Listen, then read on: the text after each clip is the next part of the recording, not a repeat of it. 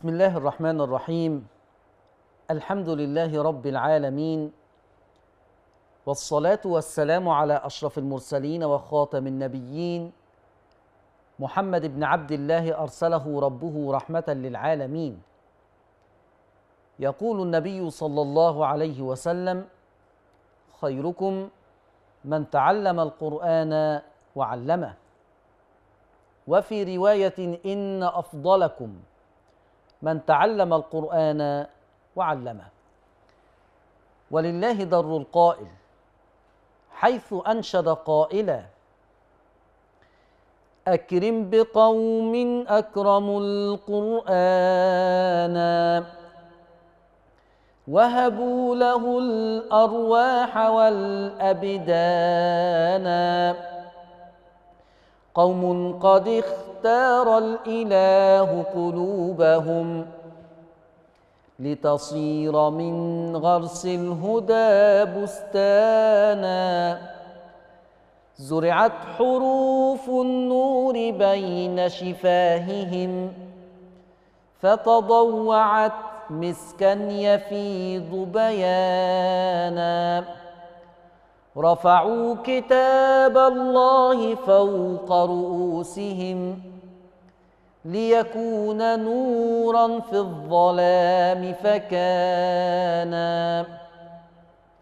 سبحان من وهب الأجور لأهلها، سبحان من وهب الأجور لأهلها، وهدى القلوب وعلم الإنسان.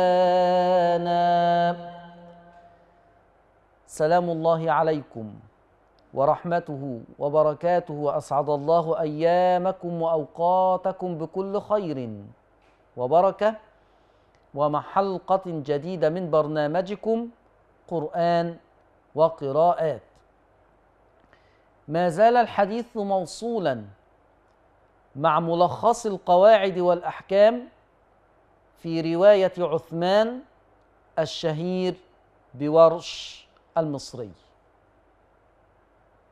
طبعا تحدثت في الحلقة السابقة عن المنهج الأمثل لعرض القراءات والروايات القرآنية، وأيضا تطرقت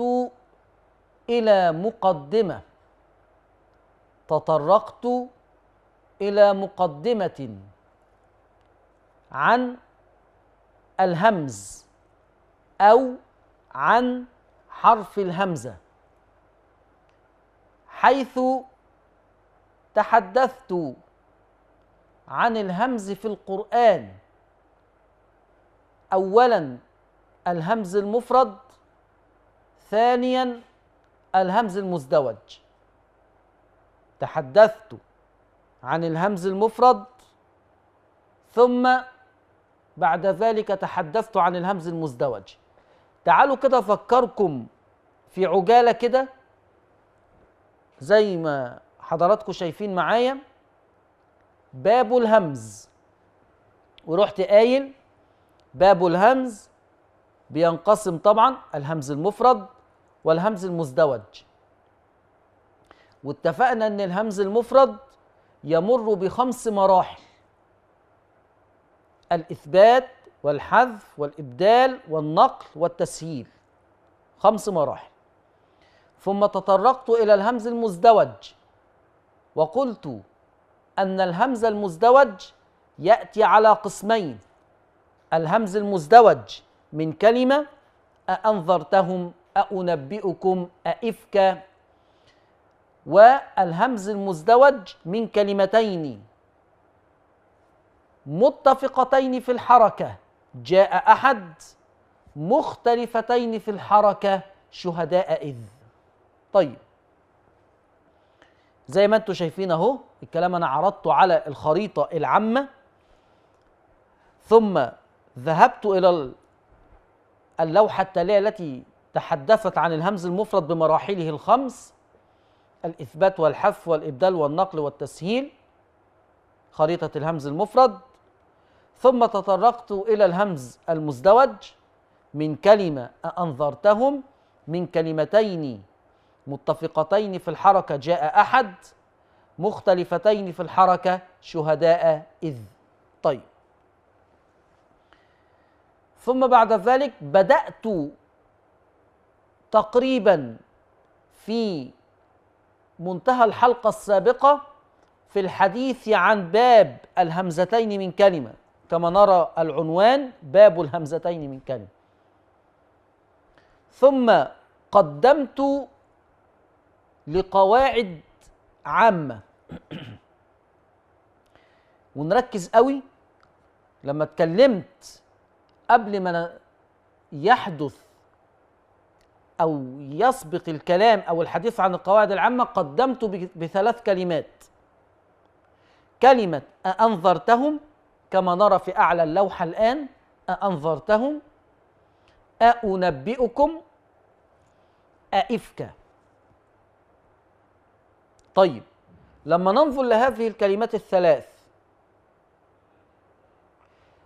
أولا نلاحظ التقاء الهمزات، التقاء همزة بأخرى. ماذا يفعل ورش؟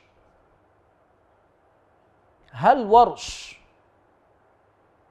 يتلفظ بالهمزة الثانية وبلغة أوضح ينطق الهمزة الثانية محققة؟ لا، سواء كانت الهمزة الثانية في ذات الكلمة أو الهمزة الثانية في كلمة أخرى. يعني وأنا بتكلم على أنظرتهم جاء أحد، الهمزة الثانية أنت كده حققت الثانية، يبقى لا أقرأ بورش، لأن ورش مش بيحقق الثانية. جاء أحد، جاء أحد، ورش مش بيحقق الثانية حتى ولو كانت من كلمتين، من كلمة أو من كلمتين. ولذلك كانت القاعدة العامة الأولى نقرأها سويا أهو، قواعد عامة: إذا التقت همزتان من كلمة أو من كلمتين فلورش التغيير. وركزوا معايا، أنا كنت عايزكم تمسكوا القلم والورقة وتكتبوا الكلام ده. فلورش التغيير، بيغير التغيير في الهمزة الثانية، يعني ورش هيغير الثانية. هيغيرها بإيه؟ تيجي القاعدة اللي تحتها بقى اللي انتوا شايفينها، التغيير ده يعني يعمل إيه في الهمزة الثانية؟ ورش يعمل إيه في الثانية؟ اسمعوا كده: يقصد بمصطلح التغيير، يقصد بمصطلح التغيير في الهمزة الثانية، يعني إيه يغير في الثانية؟ التسهيل، يسهل.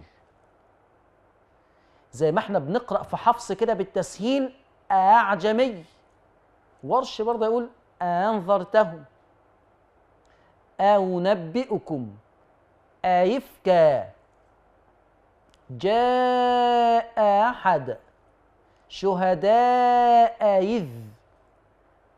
يبقى ورش هيغير في الثانية. التغيير ده إيه؟ التغيير ده أنواع، مش دايما التغيير يبقى تسهيل بس، لحسن حد يفتكر ان انا عشان عملت تسهيل يقول لك بس الشيخ قال ان ورش هيغير في الثانيه بالتسهيل. انا ما قلتش كده، انا بقول هيغير ممكن يبقى بالتسهيل، لان انا لسه ما شرحتش، انا بفهمك يعني ايه تغيير.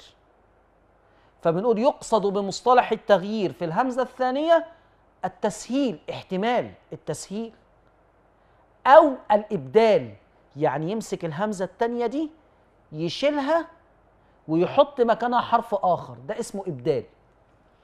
أو هما معا. يعني إيه هما معا؟ يعني هتيجي أحوال للهمزة معانا ينفع فيها التسهيل وينفع فيها الإبدال، إنها تتشال وتحط مكانها حرف آخر. ده هو معنى كلمة التغيير. طيب، تعالوا نشوف القاعدة الثالثة. القاعدة الثالثة بقى الدخول في الجد. ملاحظين أنظرته، أنبئكم، أئفك. في اللوحة التالية القاعدة العامة نمرة 3، اسمعوا كده بيقول إيه: إذا التقت الهمزتان. خلاص، التقت الهمزتان، بس خلي بالك اتفقا في الحركة. اتفقا في الحركة، يعني مش التقاء بس، واتفقوا في الحركة. 100 خط تحت كلمة اتفقوا في الحركة دي. عشان كده بقى نقرأ القاعدة نصا نمرة 3: إذا اتفقت الهمزتان، إذا اتفقت الهمزتان في الحركة، يعني همزة وراها همزة ويتفقوا في الحركة، آ أو أو، إي إي، مفتوحتان مضمومتان مكسورتان. يبقى إذا اتفقت الهمزتان في الحركة فلورش في الثانية. برضو الثانية ما أنا قلت لكم شغل ورش على الثانية، كلامي واضح في أول قاعدة أنا قلتها. شغل ورش في الثانية، ملناش دعوة بالأولى خالص. فلورش في الثانية يعني في الهمزة الثانية التسهيل. 2 الإبدال حرف مد. طب ممكن توضحها لنا أكتر بعد إذنك؟ هو كده كده هتتشرح بالتفصيل، بس برضو أكيد في ناس بتشوفني على الشاشة دلوقتي عايز تفهم أكتر. نحلل سطر سطر بالراحة. عارفين لو طلعت من القواعد العامة دي اللي قدامكم على اللوحة دي فاهمينها كويس، الباب بإذن الله بإذن الله هوا هيخلص. شوفوا القاعدة نمرة 3 بالراحة. إذا اتفقت الهمزتان، حد مختلف معايا في ده؟ إذا اتفقت الهمزتان يبقى التقاء همزة بأخرى، التقاء همزة بإيه؟ بأخرى، بس حدث إيه؟ حدث إيه؟ اتفاق في الحركة. إذا اتفقت الهمزتان في الحركة، يعني مفتوحة يكون جنبها واحدة زيها مفتوحة، مضمومة يكون جنبها واحدة تانية مضمومة، مكسورة يكون جنبها التانية مكسورة. صعب الكلام اللي أنا بقوله ده؟ إذا اتفقت الهمزتان في الحركة، أظن كده سهل. طيب، فلورش في الثانية، يبقى ورش هيعمل إيه في التانية؟ التسهيل. أنذرتهم، أظن دي همزتان مفتوحتان أهو، مش اتفقوا في الحركة هم؟ أنذرتهم،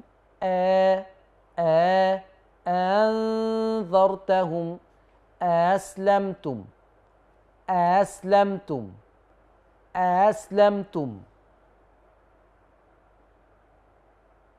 يبقى اتفقوا في الحركة، يبقى هيعمل ايه في التانية؟ تسهيل. طب ما انت سهلت اهو، ماشي. جاء أحد، جاء، أحقق الأولى وأسهل التانية، أنا شغلي على التانية.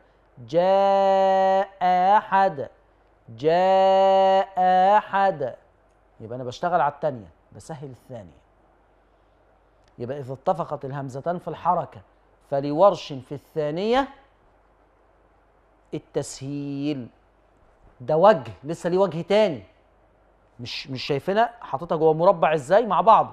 فلورش في الثانية التسهيل، ده أول وجه، وليه وجه تاني، الإبدال حرف مد، يشيل الهمزة التانية ويجيب لي مكانها حرف مد. فهمتوا من شوية لما قلت لكم الإبدال يشيل الهمزة ويجيب مكانها حرف تاني؟ هنا بقى اتفقوا في الحركة، فلما هيشيل الهمزة ويبدلها بحرف آخر، الحرف الآخر اللي هيجي مكان الهمزة ده يبقى حرف مد. يعني لو أنت بتتكلم عن همزتين مفتوحتين هيشيل الهمزة التانية ويجيب ألف لأنه يتناسب مع الفتح ألف. لو أنت بتتحدث عن همزتين مضمومتين هيشيل الهمزة التانية المضمومة ويجيب مكانها واو. لو بتتكلم عن همزتين مكسورتين هيشيل الهمزة المكسورة ويجيب مكانها ياء، بس بشرط الاتفاق في الحركة ان دي زي دي. كلامي واضح؟ طيب، يبقى إذا اتفقت الهمزتان في الحركة فلورش في الثانية هيعمل ايه في الثانية؟ التسهيل، ده وجه، وليه وجه آخر الإبدال بحرف مد، الإبدال حرف مد. طيب، يبقى لما تلاقوا الهمزتين اتفقوا في الحركة اوتوماتيك ليا تسهيل وليا ابدال حرف مد، ليا يقرأ بوجهين طالما اتفقوا في الحركة. القاعدة العامة الرابعة القاعدة العامة الرابعة بتقول ايه؟ إذا اختلفت الهمزتان. دي اللي فوق كان اتفاق، اللي تحت بقت اختلاف. ركزوا، الكلام سهل والله بس عايز تركيز، وكان عايز كتابة عشان أكون صادق، وكان عايز كتابة. إذا اختلفت الهمزتان يبقى هنا بقى اختلاف، همزة تختلف مع التانية، الأولى هتختلف مع التانية. إذا اختلفت الهمزتان في الحركة مفيش مشكلة، الأولى اختلفت مع التانية، بس ركزوا بقى في اللي جاي.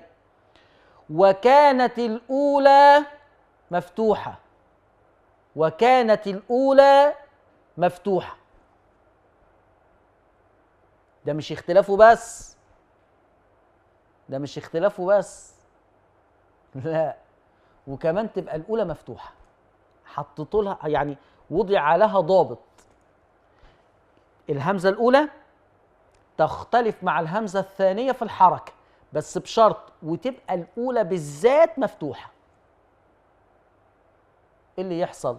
وكانت الأولى مفتوحة فلورش في الثانية التسهيل قولا واحدا.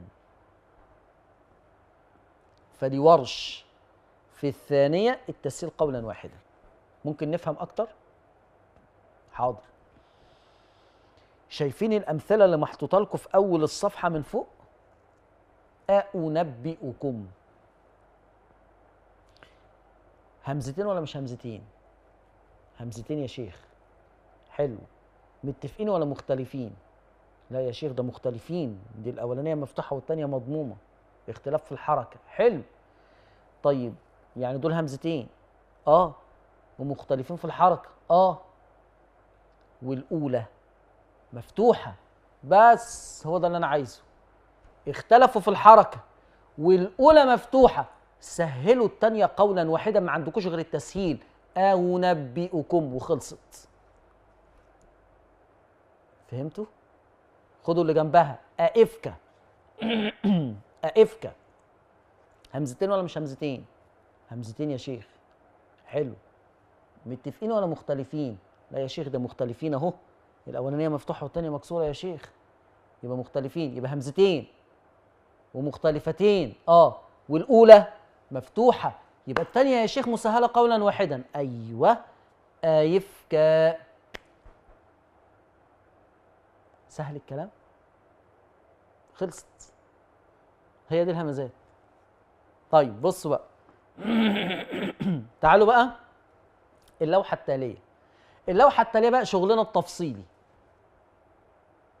شغلنا بقى الجميل بقى. بصوا بقى اللوحه التاليه فيها ايه؟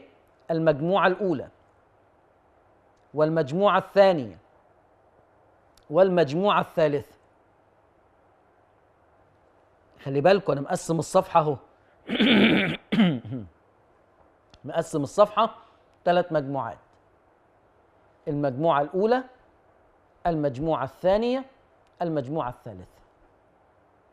طيب المجموعه الاولى انا حاطط فيها ايه؟ أأنظرتهم وأألد. يبقى المجموعه الاولى حاطط فيها ايه؟ أأنظرتهم. ماشي. والمجموعه خلي بالكم المجموعه الاولى حاطط فيها أأنظرتهم أألد، كلمتين. طب والمجموعه الثانيه حاطط فيها أأنبئكم، والمجموعه الثالثه حاطط فيها أئفك. يبقى دول 3 مجموعات. طب كلام جميل. تعالوا نحلل المجموعه الاولى وركزوا لان الشغل في المجموعه الاولى. بصوا كده عشان افكركم بالكلام. همزتين ولا مش همزتين؟ أأنظرتهم أألد. يا شيخ دول همزتين. متفقين ولا مختلفين؟ لا لا لا يا شيخ دول متفقين، بدليل ان هما مفتوحتين اهم، الاولى مفتوحه والثانيه مفتوحه.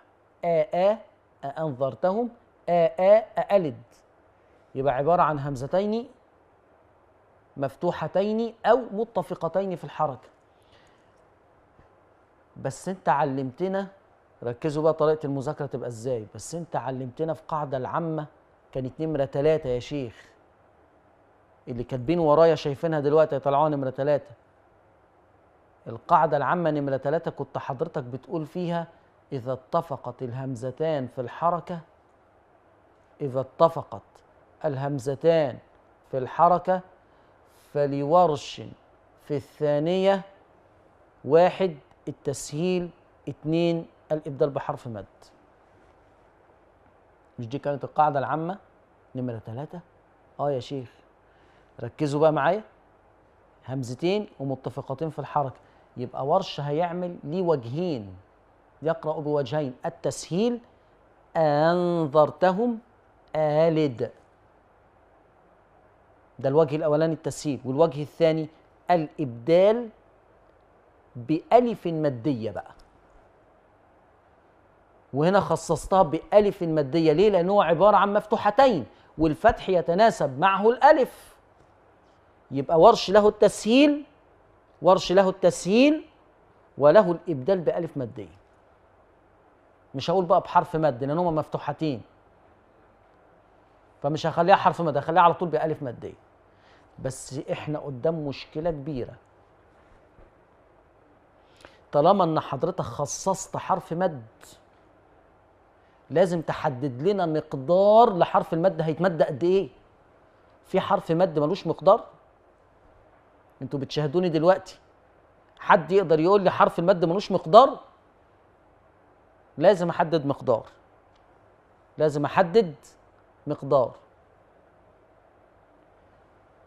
بصوا بقى، عندنا قاعدة، حرف المد انت هتبدل انهي همزة؟ ركز معايا، هتبدل انهي همزة؟ هتبدل الهمزة التانية، هشيلها واحط مكانها ألف، صح؟ لما تشيل الهمزة التانية وتحط مكانها ألف، عينك على الحرف اللي وراها اللي هو هيبقى نمرة 3 في الكلمة، اللي هو الحرف هيبقى نمرة كام؟ نمرة 3 في الكلمة.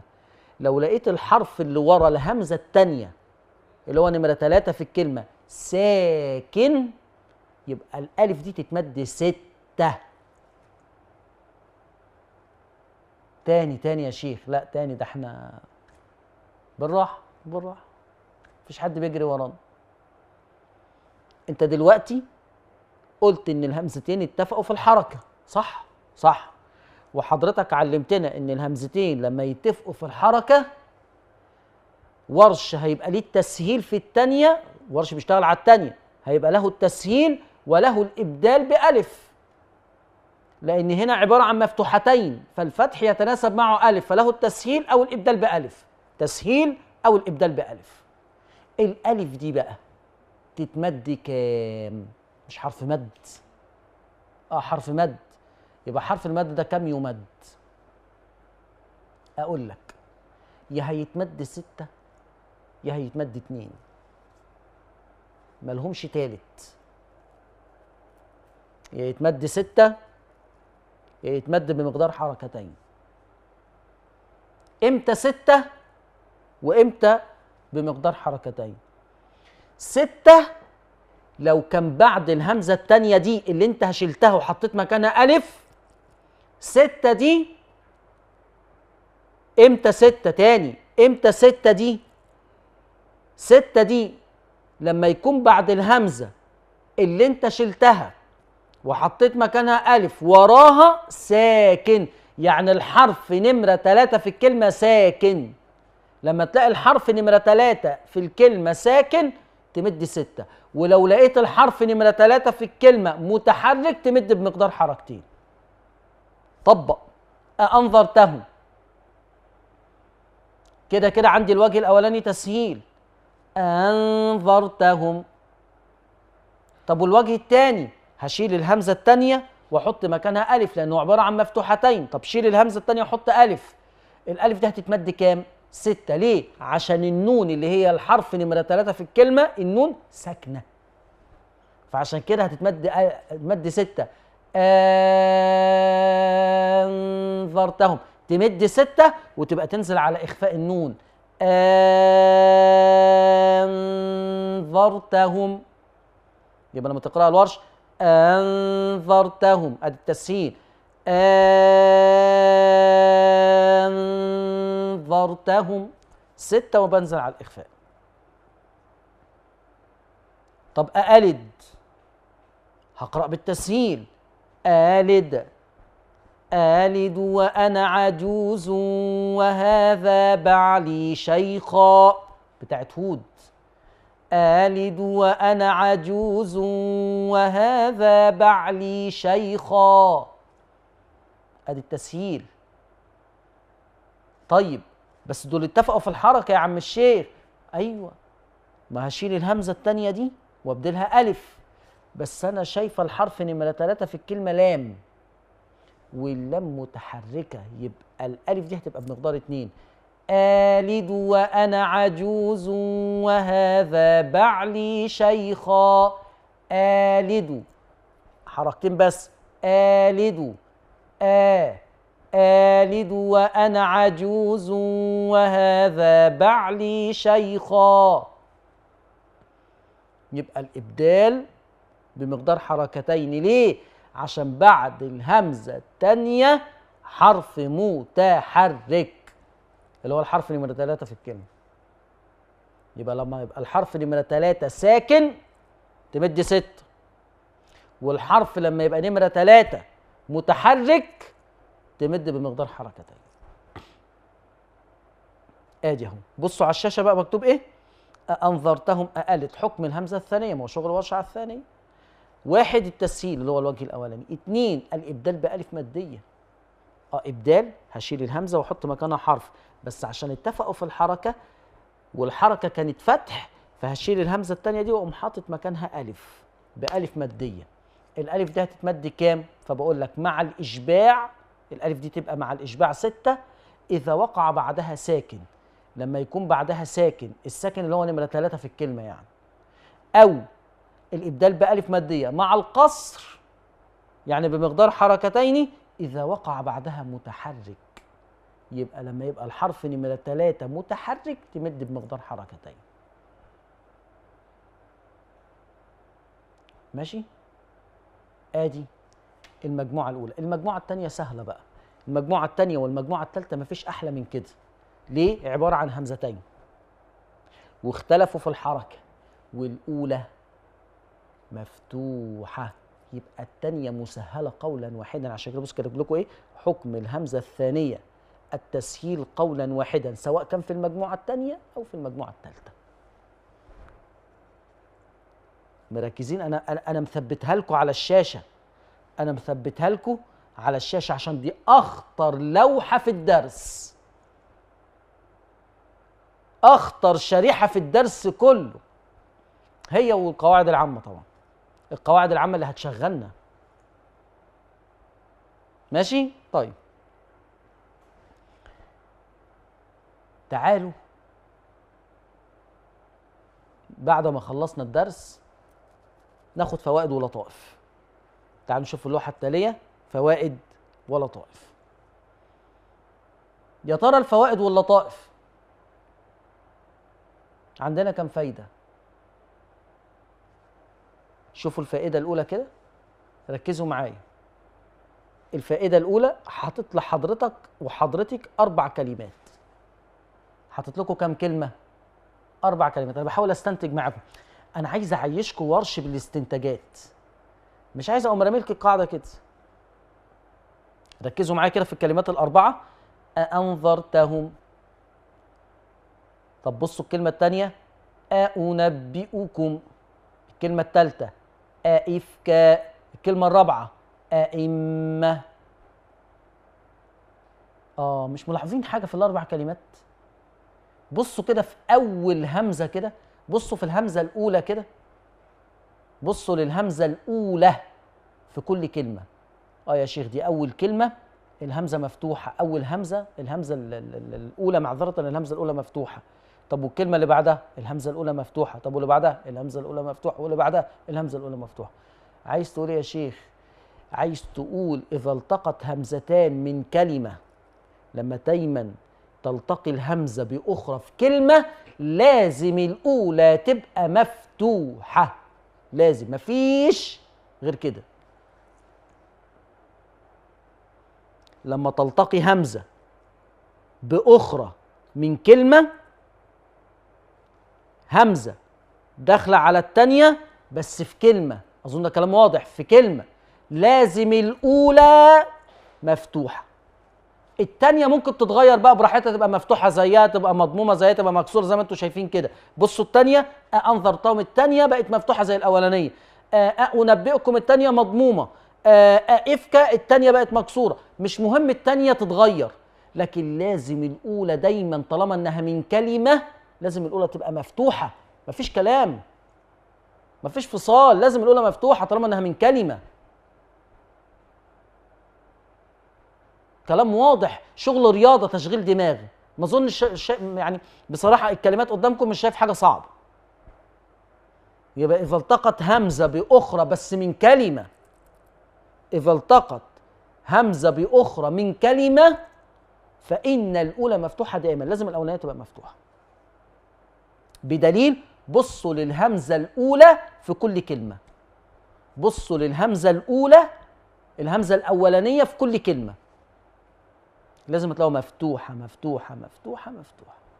التانية متغيرة براحتها، أنا يهمني الأولانية. سهلة القاعدة دي، سهلة الفايدة دي، عشان هي مش قاعدة هي فائدة. طيب خشوا على التانية. الفائدة الثانية بتقول إيه؟ قبل ما بقول الفائدة الثانية قسمتها مجموعة أولى ومجموعة تانية، مجموعة أولى ومجموعة ثانية. المجموعة الأولى خليت فيها 3 كلمات: أأنذرتهم، أأنبئكم، أإفكا.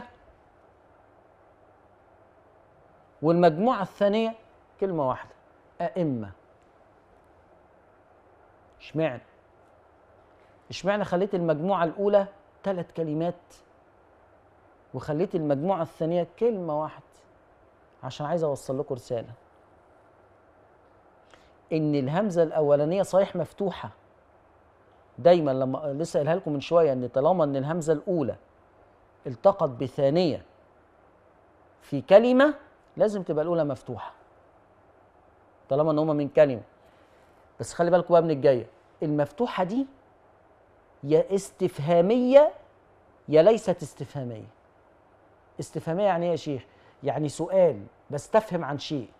لما بتسأل واحد بتقول أنا بستفهم، بس أنت بتقول كده ليه؟ شوف الصيغة، أأنذرتهم، مش تحس إن فيها استفهام؟ قل أأنبئكم بخير من ذلكم، مش ده استفهام؟ أئفكا آلهة دون الله تريدون، استفهام ولا مش استفهام؟ استفهام. لكن بصوا كلمة أئمة، فقاتلوا أئمة الكفر، ما فيهاش استفهام دي فقاتلوا أئمة. قاتلوا رؤوس الكفر، أئمة الكفر، ما فيهاش استفهام دي. عايز تقول ايه؟ عايز اقول ان الهمزة الأولانية دايما بتكون استفهامية. لما تلتقي همزة بأخرى من كلمة، برضو كلامي على ايه؟ كلمة، ماليش دعوة بكلمتين. إذا التقت همزة بأخرى من كلمة فبتبقى دايما الأولى استفهامية، إلا كلمة أئمة في المصحف بس. شوف الأمر سهل إزاي؟ اقروا بقى الفايدة. الهمزة الأولى تكون استفهامية إلا في كلمة أئمة ليست استفهامية. ما أظنش بقى الكلام صعب. خلاص اتعلمنا بقى. إذا التقت همزة بأخرى، إذا التقت همزة بأخرى من كلمة خلاص عرفنا لازم تبقى الأولانية مفتوحة. الأولانية المفتوحة دي بقى اللي من كلمة دايما استفهامية، يعني بغرض السؤال، بغرض الاستفهام. إلا أئمة مش استفهامية، ليست استفهامية. فوائد مهمة جدا لأي معلم على فكرة. وعلى فكرة اللي يعرف يستغل الشغل ده يعرف يشرح ورش كويس. هدية لكل معلم ومعلمة لرواية ورش،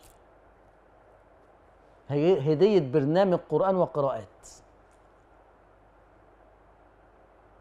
طيب الفايدة الثالثة، عارف ان انا ضاغط عليكم بس معلش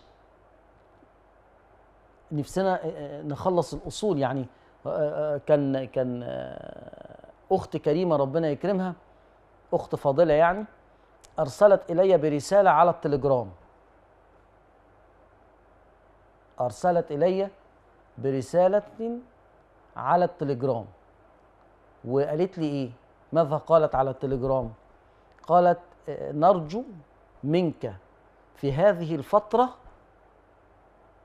يعني بنستأذن الشيخ ربنا يكرمها، قالت نستأذن الشيخ في هذه الفترة إن الشيخ يقوم بشرح الأصول لرواية ورش وإتمام الشرح وإتمام شرح الأصول. يعني عايزة أصول ورش كلها تشرح بالكامل.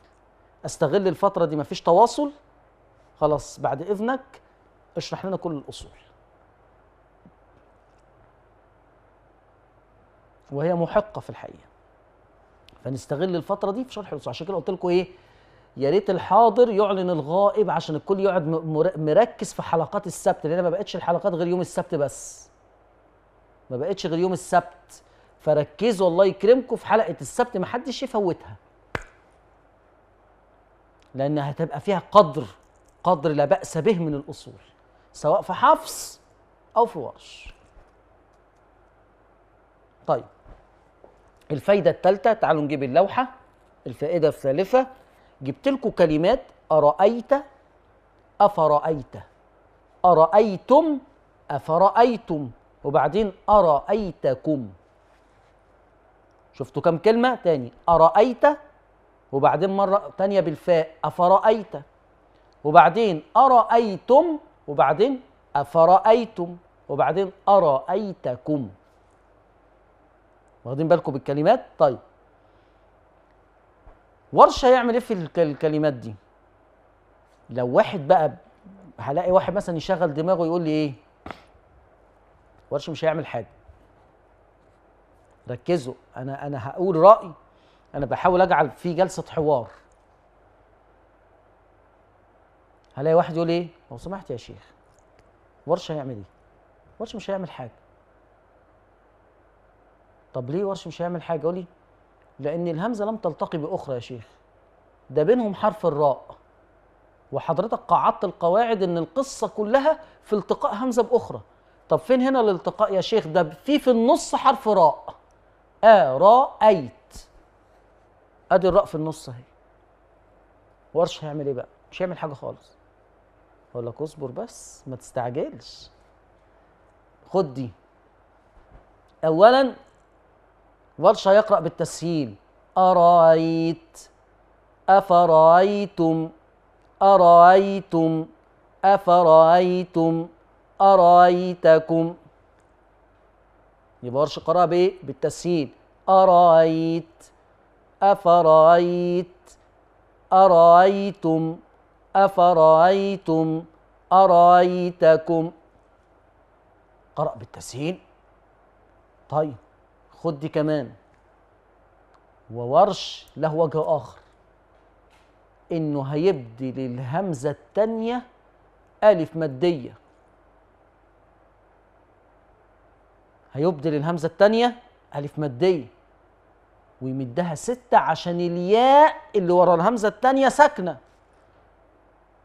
وأنا قلت لما يبقى وراها ساكن يمد 6. أرايت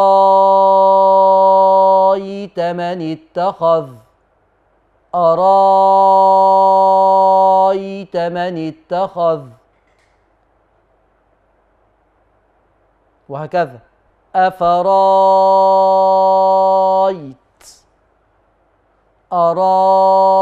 أرايتم،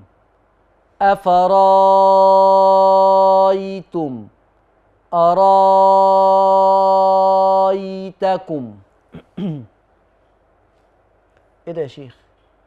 ده جابها تسهيل ومد الهمزة التانية ألف مع 6 حركات، يعني بيعاملها معاملة أنظرتهم، كأنها أو ألحقها.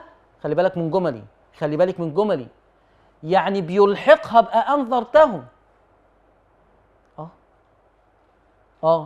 عشان كده اقري بقى الكلام، اقري الكلام اللي مكتوب بقى: يلحق بالهمزتين المفتوحتين اللي ما فيش بينهم فاصل، زي أأنذرتهم أأسلمتم. يلحق بالهمزتين المفتوحتين كلمة أرأيت بمشتقاتها. بص ايديا بتشاور فين؟ بمشتقاتها، لأن عندكم الكلمات المشتقات فوق اهي كلها، جبتها لكم في المصحف: أرأيت، أفرأيت، أرأيتم، أفرأيتم، أرأيتكم.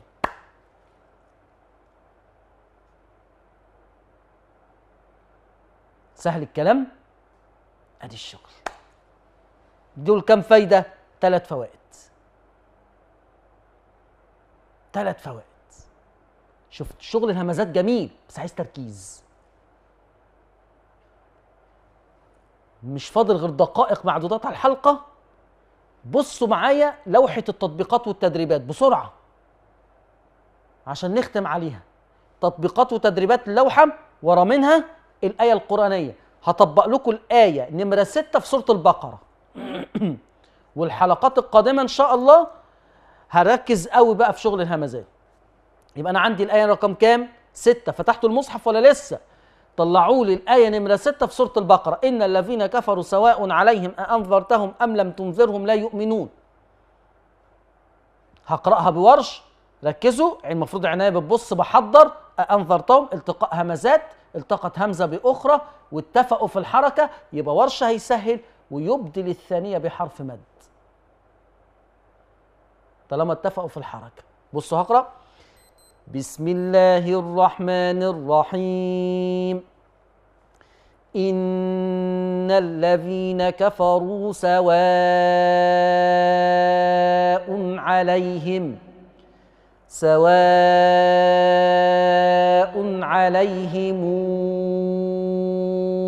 أنذرتهم، التسهيل اهو، أنذرتهم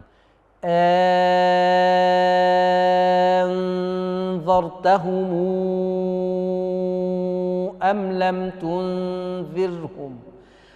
لم تنذرهم لا يؤمنون.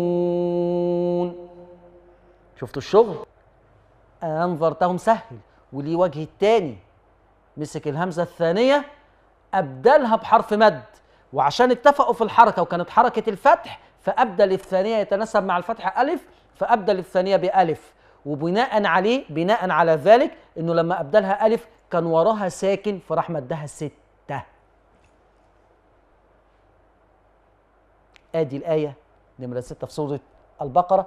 أكتفي بهذا القدر لأن خلاص وقت الحلقة انقضى، وللحديث بقية بإذن الله عز وجل إن قدر البقاء واللقاء. دمتم في رعاية الله وأمنه، وسلام الله عليكم ورحمته وبركاته.